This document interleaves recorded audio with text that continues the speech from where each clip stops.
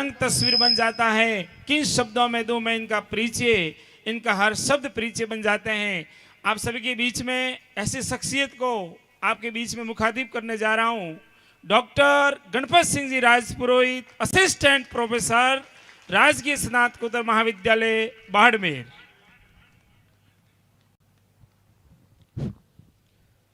धन्यवाद सर। सम्मानित मंच और काफ़ी देर से सुबह से बैठे हुए समाज के युवा कर्णधार, सबसे पहले मैं आयोजक मंडल राजपुरोहित कर्मचारी संघ जो है उसको बहुत शुक्रिया अदा करूंगा कि इन्होंने किस प्रकार की पहल की। मेरे हिसाब से ये पहला एडिशन है ये, और हर क्षेत्र में इस प्रकार से करियर गाइडेंस के लिए, काउंसलिंग के लिए ऐसा आयोजन होना चाहिए। क्योंकि 12th के बाद में बच्चा एक ऐसे चौराहे पे आ जाता है जब उसको समझ में नहीं आता है कि अब करना क्या है, और ऐसी स्थिति में उसको करियर काउंसलिंग की सबसे ज़्यादा ज़रूरत होती है।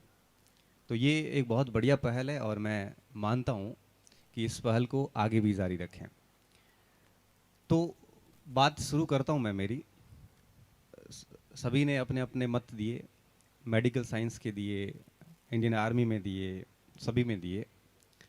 मैं कुछ थोड़ा अलग सोचता हूँ इस मामले में, क्योंकि मेरा एक निजी अनुभव है कि जो हम सोच के निकलते हैं ज़रूरी नहीं वही हो। कुछ ऐसी चीज़ें होती है जो अनएक्सपेक्टेड होती है, हमने कभी सोची भी नहीं थी, वो चीज़ें हमारे साथ हो जाती हैं। 10th में आप कैसे थे, 12th में आप कैसे थे, आप मेरिटोरियस स्टूडेंट थे कि कमज़ोर स्टूडेंट थे, ये चीज़ें पीछे छूट जाती है। जैसे ही आप कॉलेज में प्रवेश करते हो बहुत कुछ बदल जाता है, बहुत कुछ बदल जाता है।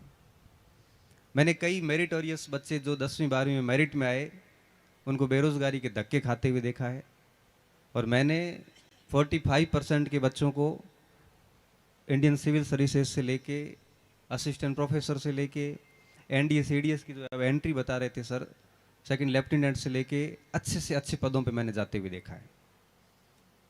तो मैं ये मानता हूँ कि हम किस क्षेत्र में जाने वाले हैं, हमें क्या करना है, ये चीज़ें आप कितनी भी सोच लो, लेकिन आगे जाने के बाद में नियति आपको वहीं ले जाएगी जहां आप जिस चीज़ को आप डिजर्व करते हो। आप किसको डिजर्व करते हो ये आपको पता कैसे चलेगा? डिजर्व का मतलब ये है कि कोई सैन्य सेवा के लिए फिट होता है, वो अपने आप घूम के सेना में चले जाता है। कोई शिक्षा में फिट होता है, वो अपने आप घूम के शिक्षा में चला जाता है। आप जिस पोस्ट को डिजर्व करोगे, आप जिस पोस्ट के लायक अपने आप को बनाओगे, आप उस जगह स्वतः ही चले जाओगे। मैं हर बार कहता हूँ, हमेशा कहता हूँ, यूट्यूब पे बोलता हूँ, जब भी बोलता हूँ स्टूडेंट को कहता हूँ कि माँ सरस्वती अपना ऋण कभी नहीं रखती। जिस स्तर की आप मेहनत करोगे आप वहां पहुंच जाओगे। चूंकि आप सुबह से बैठे हैं, बोर हो गए, तो मैं एक छोटी सी कहानी सुनाता हूँ। फिक्शनल नहीं है, वास्तविक कहानी सुनाता हूँ। 3 साथी थे, साउथ इंडिया की बात है, और तीनों के नाम शायद आपने सुने होंगे। एक का तो पक्का ही सुना होगा, और हो सकता है आपने तीनों का नाम सुना हो। देखो नियति कहाँ कैसे ले जाती है, आप ढंग से सुनना। बहुत एक प्रेरणास्पद कहानी है, मैंने बहुत पहले पढ़ी थी। 3 दोस्त थे और तीनों बहुत ब्रिलियंट थे, 10th तक ब्रिलियंट थे। तीनों 11th में आए तो तीनों ने साइंस ले लिया। साउथ में क्या साइंस का प्रचलन थोड़ा ज्यादा है। अब उसमें से एक दोस्त पिछड़ गया, क्योंकि उसका 10वीं तक तो ठीक था, 11th में क्या गलती से दोस्तों के साथ में जाके साइंस तो ले ली, लेकिन ना फिजिक्स समझ में आए ना मैथ समझ में आए। अब बीच में छोड़ नहीं सकता, क्योंकि घर वालों का भी दबाव होता है, बैक एंट्री का कोई ऑप्शन नहीं है। जैसे तैसे करके तीनों 11th में पास करके 12th में आए। पहले 2 तो क्लास में टॉप थे, और एक लास्ट में जाके धक्का देके गुरुजी ने ग्रेस लगा के सानुग्रह उत्तीर्ण करके 12वीं में ले लिया। 12वीं में आने के बाद उसने कहा नहीं, मेरे से अब ये साइंस वाला तो बैठेगा ही नहीं, उसने चेंज करके आर्ट्स ले लिया। और जो 2 ब्रिलियंट स्टूडेंट थे उन्होंने अपना फिजिक्स केमिस्ट्री मैथ जारी रखा। 12th का रिजल्ट आया तो एक राज्य भर में, शायद तमिलनाडु स्टेट है, पहली रैंक पे था, और दूसरा 8वीं रैंक पे था, और तीसरा सप्लीमेंट्री करके आर्ट्स में 12वीं पास कर ली। कुल मिला के तीनों कॉलेज में आ गए। पहले वाले दोनों का एडमिशन आईआईटी में हो गया, क्योंकि ब्रिलियंट थे तो निश्चित रूप से ब्रिलियंट होता है, वो ब्रिलियंट रहता है जब तक वो अपनी गति को बनाए रखता है। होशियार तब तक होशियार है जब तक वो अपनी गति बनाए रखता है। जिस दिन पढ़ाई छोड़ दी, इंटेलिजेंट भी मैंने है वो खेतों में काम करते हुए देखे हैं।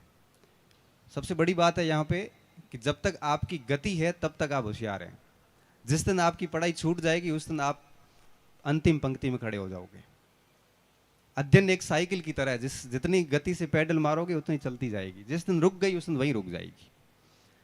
अब दोनों का आईआईटी में सिलेक्शन हुआ और तीसरे भाई साहब जो थे वो कॉलेज में आर्ट्स में एडमिशन ले लिया। बीटेक होती पहला जो स्टूडेंट था, जो टॉप मोस्ट क्रीम थी, यूपीएससी के एग्जाम करवाता, इंडियन इंजीनियरिंग सर्विस, तो देश के सबसे टॉप मोस्ट इंजीनियर लेते हैं।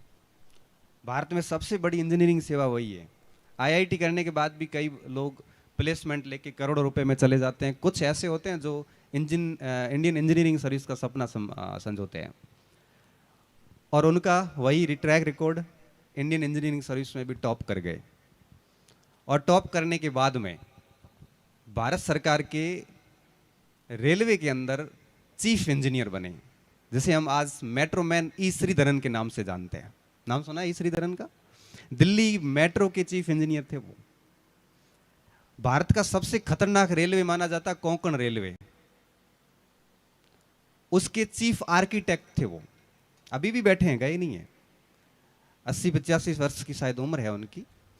और भारत के सबसे बेस्ट इंजीनियर में से वो एक है। अगर आप गूगल पे उनका हल्का सा ई लिखोगे ना तो भी श्रीधरन अपने आप आएगा। अभी तक आप क्या कॉलेज में घुसे नहीं हो, अभी आपने तैयारियां शुरू नहीं की है, नहीं तो ई श्रीधरन का नाम कौन नहीं जानता। दूसरे वाले इंसान, उन्होंने आईएएस का एग्जाम दिया और आईएएस में पास हो गए, कलेक्टर बने। कलेक्टर बनने के बाद में कलेक्टर धीरे धीरे सेक्रेटरी तक पहुंच जाता है, और वो आपके आगे बढ़े और आईएएस से पार करते करते करते करते भारत के मुख्य चुनाव आयुक्त बने। भारत के मुख्य चुनाव आयुक्त बने टी सेशन, जिनका नाम है। डॉक्टर एपीजे अब्दुल कलाम कहते थे कि एकमात्र वो व्यक्ति है जो मुझे पूरे नाम से बुलाता है। अब्दुल पाकिर जैनुलाब्दीन अब्दुल कलाम कैसे हो, वो ऐसे बोलते थे। टी सेशन ने भारत में चुनाव में कितने सुधार किए, ये आप कॉलेज में जाओगे तब आपको पता चलेगा। भारत के चुनावों की अगर पूरी इतिहास लिखा जाए तो टी सेशन का अपना एक युग था और बेहतरीन काम किए थे उन्होंने। अब आते तीसरी शख्सियत।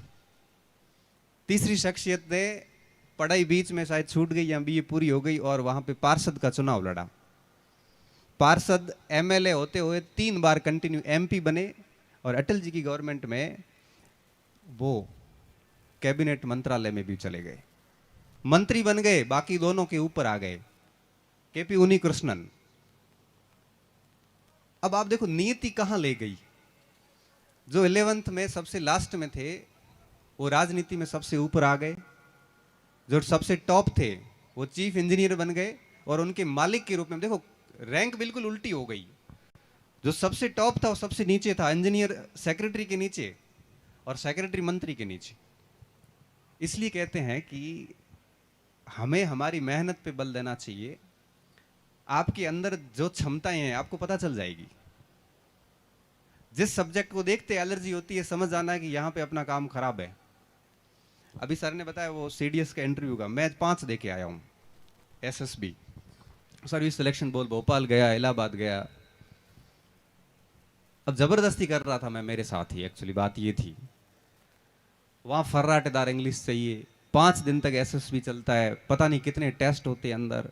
वहाँ स्टार्टिंग में आप स्क्रीन आउट ही कर देते हैं। शानदार वाली इंग्लिश चाहिए होती है, क्योंकि वहाँ पे वो लोग आते हैं जिनमें OLQs पूरी होती है, ऑफिसर लाइक क्वालिटीज कंप्लीट होती है, और वो होती है जनरली जो आर्मी परिवार से होते हैं उन बच्चों के लिए बहुत अच्छा होता है। 4 बार बाहर किया था मुझे। एक मेरे साथी ने कहा जो अभी सर्विस टैक्स कमिश्नर है, उसने कहा कि भाई ऐसा है तो क्यों ये माथाफोड़ी कर रहा है, क्यों, ये एसएसबी तेरे लिए नहीं है, बेहतर है दूसरा कोई जॉब देख। नहीं लेंगे तो वर्दी लेंगे। तब असिस्टेंट कमांडेंट की जो उन्होंने बात की, मैं कंटिन्यू 3 बार फिजिकल दे के आया। दिल्ली टिगरी कैंप से लेके, रुड़की से लेके, और तीनों बार मुझे फिजिकल आउट किया, चेस्ट आउट किया। मेरे मित्र ने फिर कहा, भाई देख तेरे वर्दी काम की नहीं है, क्यों माथा फोड़ी कर रहा है? नहीं, जाएंगे तो उसमें ही। और फाइनली क्या हुआ, एजुकेशन में आए। जो हम सोच के निकलते हैं, प्लानिंग है वैसी नहीं होती है। आप 12th करने के बाद में जैसे ही कॉलेज में घुसोगे तो एक सबसे बड़ी घटना होगी, वहां आपका एक ग्रुप बनेगा। आप जैसे ग्रुप के साथ घुसोगे आप वैसे हो जाओगे, यकीन मानना। अगर आप किसी रोल आवारा ग्रुप के साथ घुस गए तो आपके भले 10वीं में 12वीं में 98% थे, आपकी हालत उनसे भी बेहतर बदतर होगी जो आपकी क्लास में लास्ट थे। आप अगर किसी इंटेलिजेंट ग्रुप के साथ में घुस गए तो आपकी नैया पार हो जाएगी। आप अगर नशेड़ी लोगों के साथ में चले गए तो आप लास्ट में नशेड़ी बन के, हम कॉलेज में देखते भी हैं, हम कॉलेज में देखते हैं कुछ बच्चे सिगरेट लेके साइड में कॉर्नर में बैठे रहते हैं, हम बुलाते ही नहीं, हमारे को क्या मतलब, पढ़े तो पढ़े, मत पढ़े। कुछ बच्चे हम देखते हैं 3-3 घंटे इंतजार करते हैं कि सर की क्लास होगी, क्लास लेके हम जाएंगे। उस कॉलेज में हर प्रकार के लड़के आते हैं, पिछले 4 साल से मैं कॉलेज में पढ़ा रहा हूं। तो सबसे महत्वपूर्ण चीज ये है कि आपका ग्रुप कैसा है।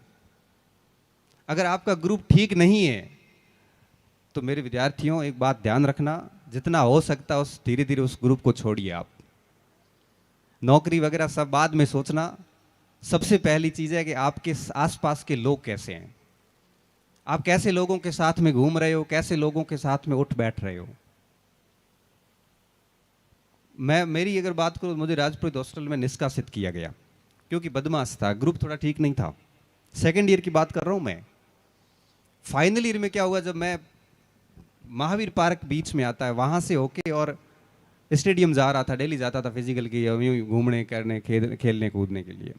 तो पार्क से गुजर रहा था तो 2 लोग कॉर्नर पे बैठे डिस्कस कर रहे थे। तो पानी वानी पी के पार्क में, और मैं वहां से गुजर रहा था, मेरे निक्कर पहनी हुई थी, स्टेडियम जाते थे तो ऐसा ही था। वहां जाके मैं भी बैठा, मैंने कहा क्या कर रहे हो? तो क्या हम पढ़ाई कर रहे हैं। मैं 5-10 मिनट उनके पास में बैठा। 2-3 दिन तक कंटिन्यू ये रूटीन बना। 5वें-6ठे दिन मैंने पूछा, मैंने कहा भाई साहब आप कर किसकी तैयारी रहे हो? डेली डिस्कस कर रहे हैं, जबरदस्त डिस्कस हो रहा है। तो उन्होंने कहा कि हम असिस्टेंट कमांडेंट की तैयारी कर रहे हैं, और उन्होंने मेरे को पूरी जानकारी दी। दूसरे दिन मैंने कहा कि मुझे भी करनी है, तो तू भी कर। फिर बाद में मुझे धीरे धीरे पता चला कि उनका रिटर्न क्लियर है, फिजिकल क्लियर है, और इंटरव्यू की तैयारी कर रहे हैं वो तो। अब मानोगे नहीं, हॉस्टल छूट गई थी और मैं उनके साथ अहमदाबाद से लेके, मुंबई से लेके, दिल्ली से लेके, जयपुर से लेके पूरा ग्रुप चेंज हो गया। किसी को यकीन भी नहीं था कि इस तरह से ट्रांसफॉर्मेशन होगा मेरा। अब मेरे जो पुराने साथी थे, जो भी थे, उनको लगने लगा कि इतना बदल कैसे गया। 2007 तक ये स्थिति थी और 2009 में 12वीं रैंक के साथ ऑल इंडिया में मेरी नौकरी लगी। आरबीआई में मैं सेलेक्ट हुआ। मेरे गांव से लेके, मेरे मित्रों से लेके किसी को विश्वास नहीं था कि 10वीं में 49% एग्जैक्ट, एक नंबर ना ज्यादा ना कम बनाने वाला, अगर सेंट्रल गवर्नमेंट में बिना किसी कोचिंग के, अंग्रेजी आती नहीं थी, मैथ इतनी कमजोर थी, उसके बावजूद इकोनॉमिक्स का पेपर देके अगर पास होता है तो आप समझ सकते हो कि संगति का कितना असर होता है। ये सारा संगति का असर है। मैं उन दोस्तों को आज भी क्रेडिट देता हूं। और आज मैं आपको बहुत इंटरेस्टिंग बात बताऊं, जिस दोस्त की मैं बात कर रहा हूं उसका बच्चा अभी गुजरात के अंदर से राष्ट्रीय इंडियन मिलिट्री कॉलेज में एंट्री करके पहली रैंक से एंट्री हुई है। हर स्टेट को एक सीट मिलती है रिम्स के अंदर। रिम्स में सिलेक्शन होना, जो लोग होते हैं उनको बहुत अच्छे से पता है कि कितनी बड़ी बात है। हमारे पूरे बाड़मेर में संभवतः वो पहला एडमिशन है, और गुजरात स्टेट में उसने, अभी एक ही सीट होती है हर स्टेट की, उस बच्चे की पहली रैंक है। उसके पिताजी जो मेरे बहुत अच्छे मित्र, और आज भी मुझे गाइड करते रहते हैं कि कहाँ गलती कर रहे हो आप। तो कहने का मतलब है कि आप किस जगह जाने वाले हो ये तय हो जाता है कि आपका ग्रुप कैसा है। तो मैं सभी विद्यार्थियों से यही कहूंगा, आप सभी से, कि अपना ग्रुप बढ़िया रखिए। सबसे पहला काम तो आप ये कीजिए।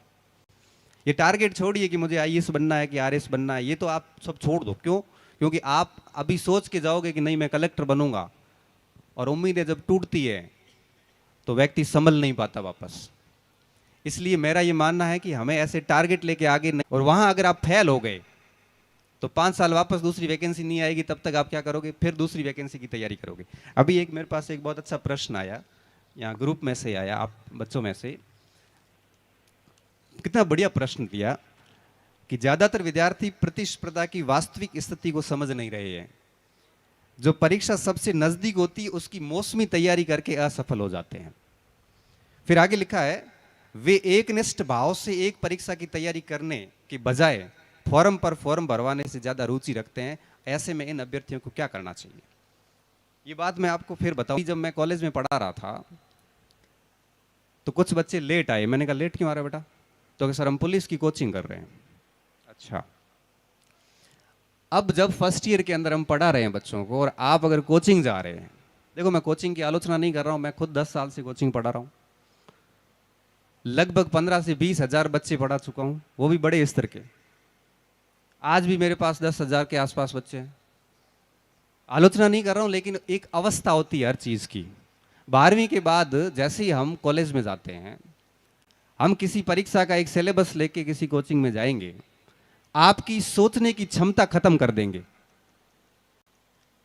एक विद्यार्थी अगर किसी की अंगुली पकड़ के जिंदगी आगे चलता रहेगा तो उसको पता ही नहीं चलेगा कि रास्ते की कठिनाई कैसी है, रास्ते किधर किधर मुड़ते हैं। अभी जब बाड़मेर से मैं सांचौर पहुंचा तो मुझे रास्ता नहीं मिला, हालत खराब हो गई पूछ पूछ के।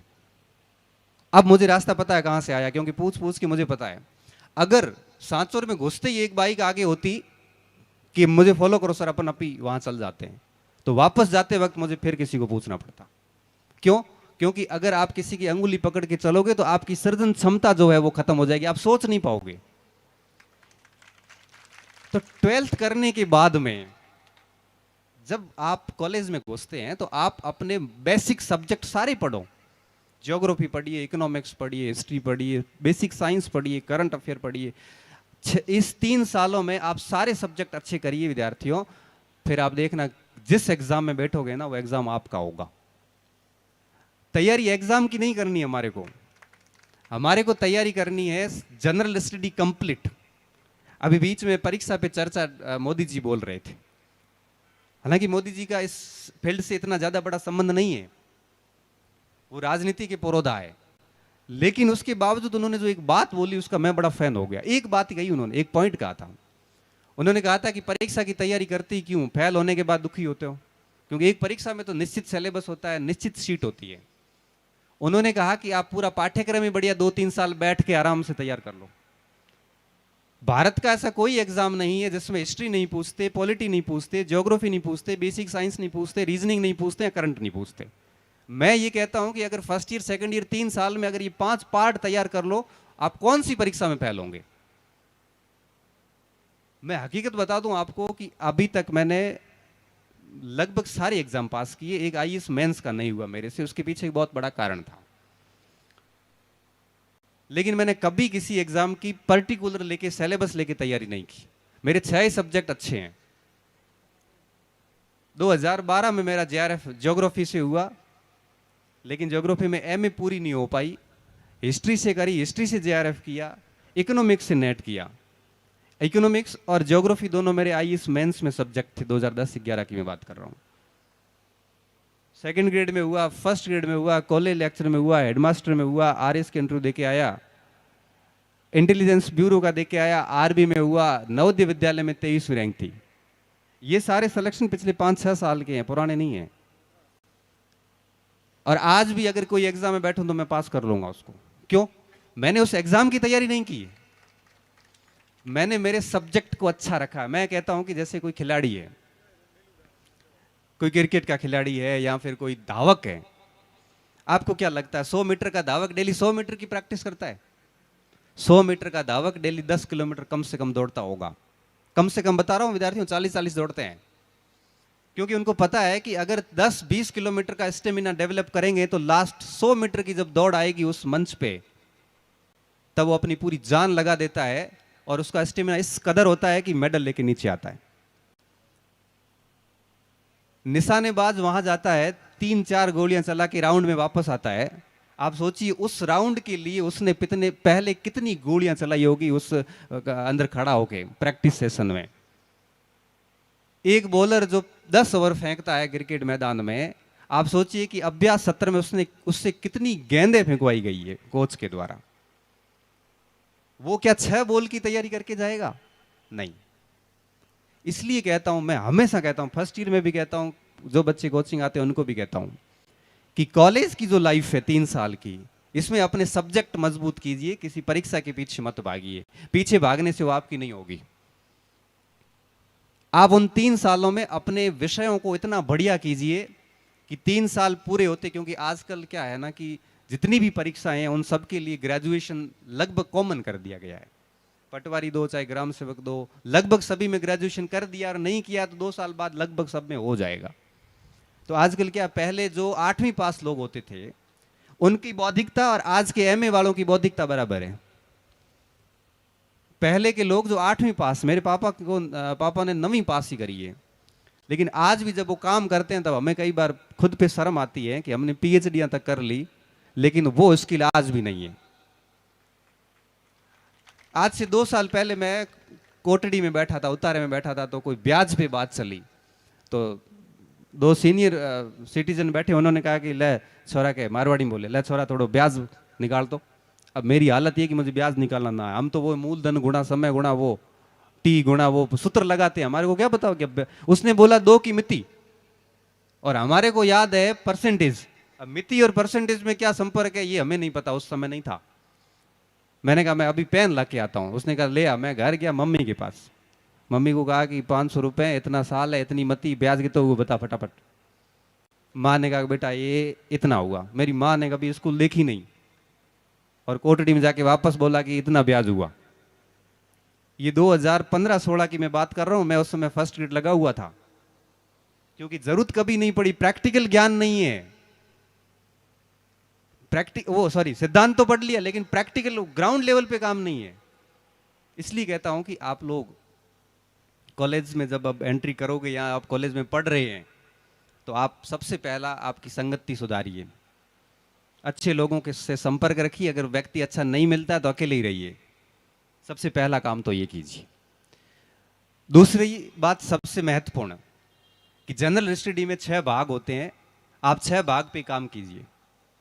इतिहास होता है, भूगोल है, पॉलिटिकल साइंस है, सामान्य विज्ञान है, अर्थशास्त्र है, करंट अफेयर है, ये इतने ही है, और रीजनिंग है।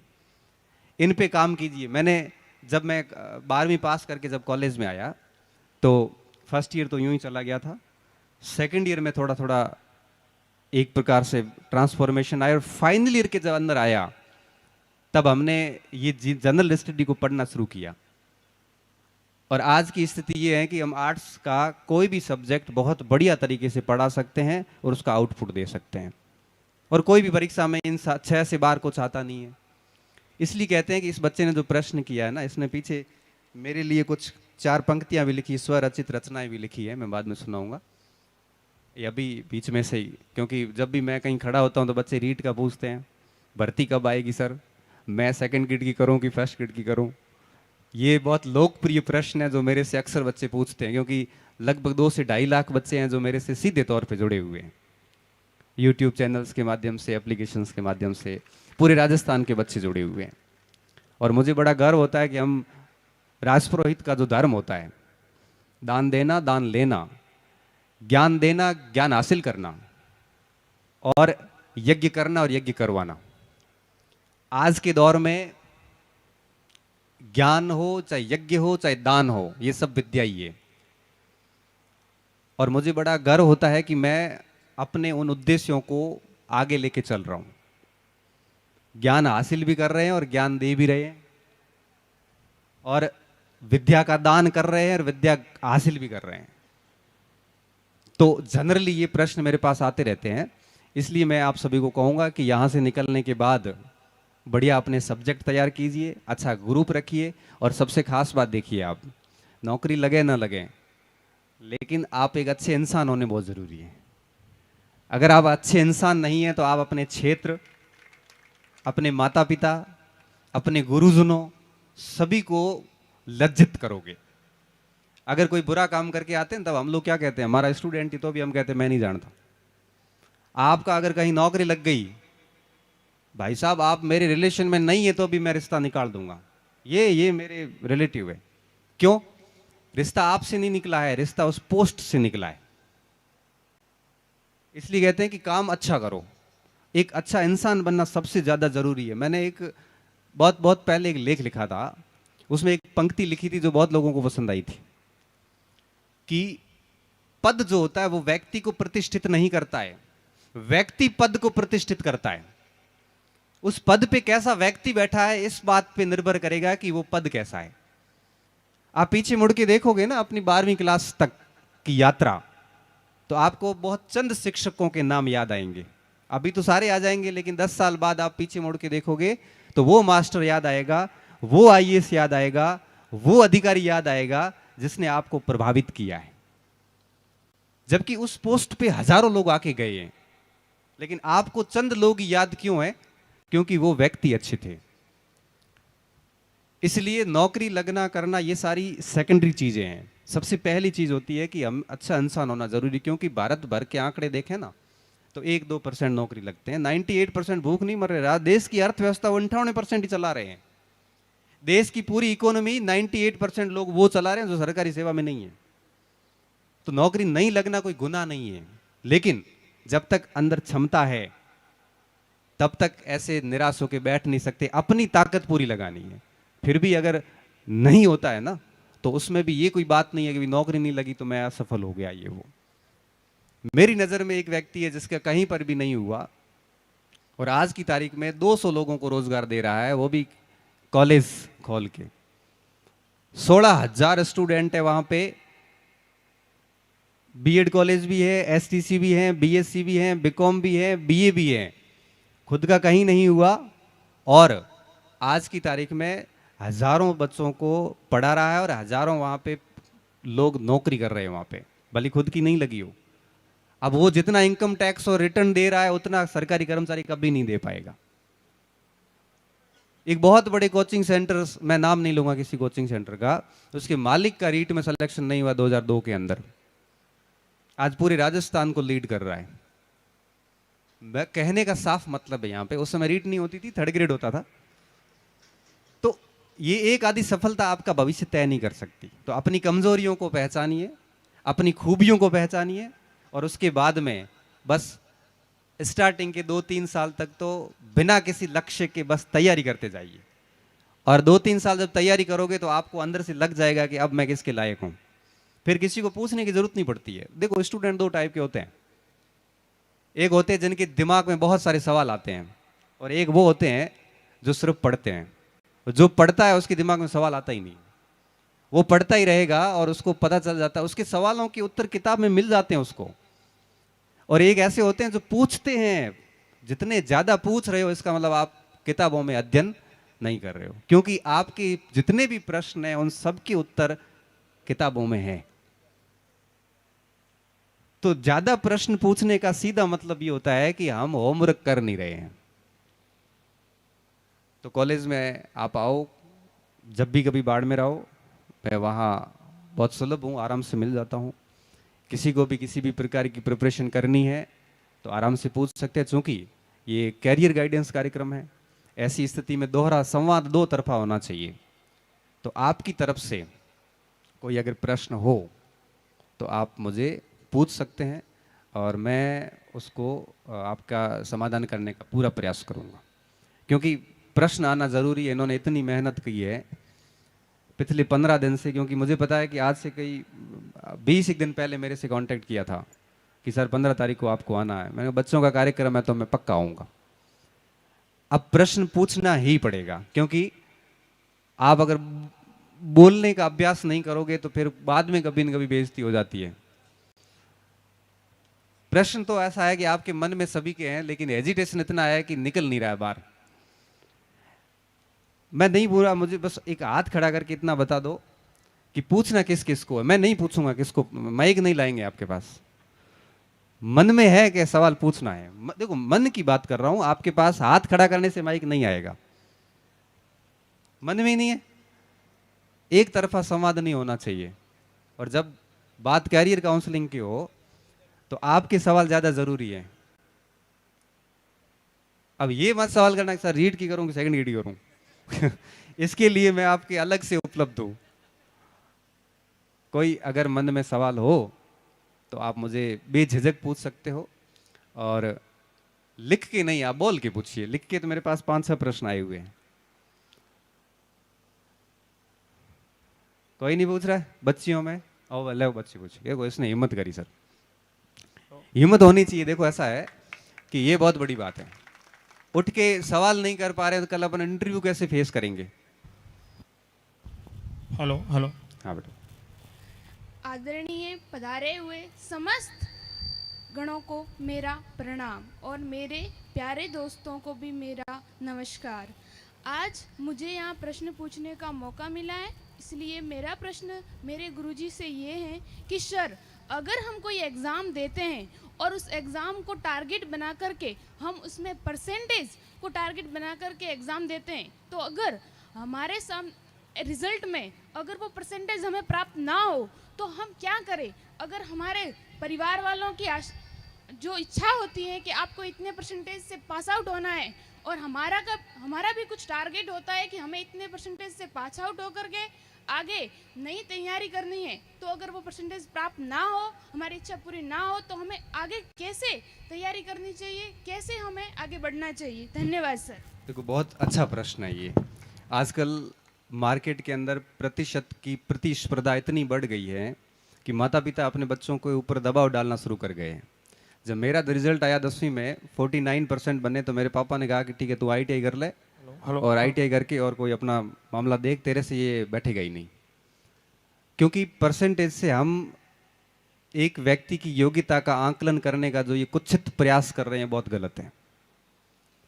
सबसे पहली चीज तो ये गार्जियंस को ध्यान रखनी है, हमें ध्यान रखनी है कि हमारे परिवार में किसी की प्रतिशत अगर कम है तो आप ये एस्टिमेट ना करें कि ये बच्चा कमजोर है। प्रतिशत कम होने के पीछे कई कारण होते हैं। कई बार हम बहुत अच्छे से पढ़ाई करते हैं लेकिन पेपर हमारे आउट ऑफ कंटेक्स्ट आ जाता है। कई बार चेक करने वाले की मेंटालिटी ऐसी बैठती है कि हमारे उत्तर फिट नहीं बैठते हैं। कई बार ऐसी स्थिति होती है कि हम अच्छा फील नहीं कर पाते परीक्षा के दौरान। कई बार ऐसी स्थिति आती है कि हम एक घर के दबाव के कारण स्ट्रेस में चले जाते हैं, स्ट्रेस में परफॉर्मेंस खराब हो जाती है। तो परसेंटेज कम होने का कारण आपकी इनएबिलिटी, यूं कहीं कैपेबिलिटी में कमी नहीं है। परसेंटेज कम होने का मतलब और भी कई सारे कारण हो सकते हैं। तो पहली चीज तो ये कि हमें अभिभावकों को ध्यान रखना है कि बच्चों को कभी भी परसेंटेज के लिए फोर्स नहीं करना। जितने बने उसकी क्षमता के अनुसार बन गए। दूसरी बात, प्रतिशत किसी भी परीक्षा की योग्यता नहीं है। वर्तमान में IAS का फॉर्म भरने के लिए 33% चाहिए। RS बनने के लिए BA में 33% चाहिए। कोई भी भारत का ऐसा एग्जाम नहीं है, कुछ एग्जाम्स को छोड़ के जितने भी बड़े एग्जाम हैं उन सब में परसेंट हटाए इसलिए हैं कि हमारे पॉलिसी मेकर्स जो है, नीति निर्माता, समझ चुके हैं कि प्रतिशत का कोई इंपॉर्टेंस नहीं है। और अभी वर्तमान में आपको पता हो तो ओपन बुक एग्जाम शुरू हुए हैं। परीक्षा में किताब दी जाती है। अभी RAS में आपको पता होगा SDM की ट्रेनिंग चल रही है, और SDM की ट्रेनिंग में जब परीक्षा होती है लास्ट में तो किताबें दी जाती है, खोल के और लिखो उत्तर, ताकि बच्चे के ऊपर स्ट्रेस ना रहे। CBSE ने प्रयोग भी कर दिया। तो दूसरी बात आपको ये समझनी है कि प्रतिशत का आपकी योग्यता के आंकलन में कोई फर्क नहीं पड़ता। और तीसरी बात, जब हमने मेहनत कर ली, परसेंट कम बन गए, तो अब उस सिचुएशंस को कैसे झेलें, क्योंकि अब लोग सुनाना शुरू कर देंगे।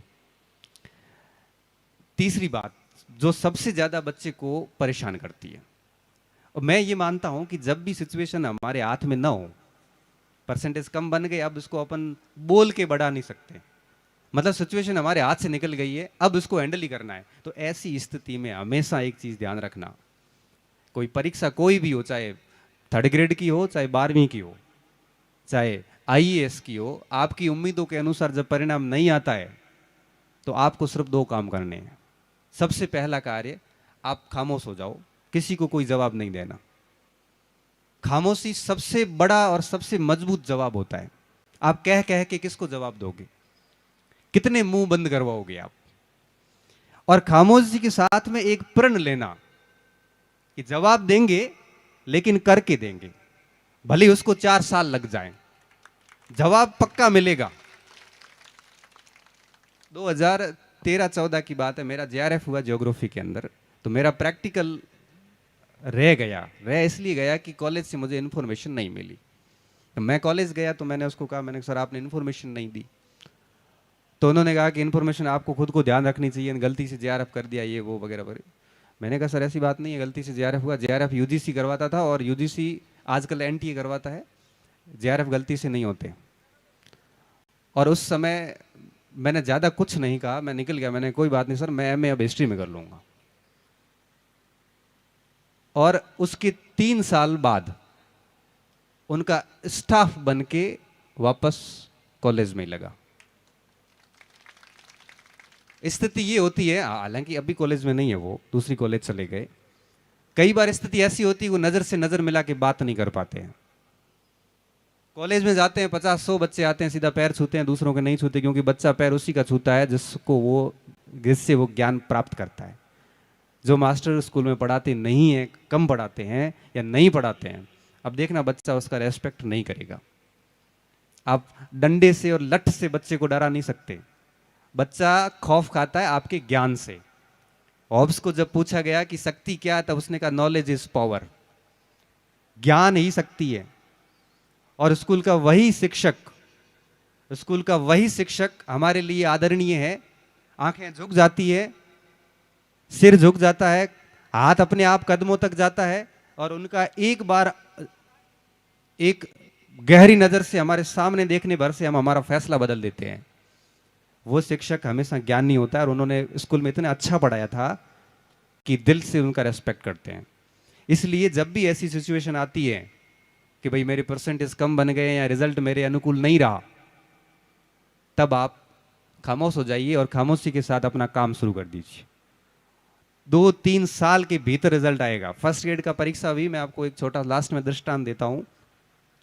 2012 की बात है, 62 पोस्ट थी, सिलेक्शन मेरा हुआ नहीं, और मेरे लगभग सारे साथी हो गए। मुझे क्या कुछ नहीं सुनना पड़ा वो मुझे पता है। ठीक उसके 1.5 साल बाद दोबारा जब फर्स्ट ग्रेड हुआ, राजस्थान में मेरी 13वीं रैंक थी। राजस्थान में 13वीं रैंक के साथ में फर्स्ट ग्रेड बना।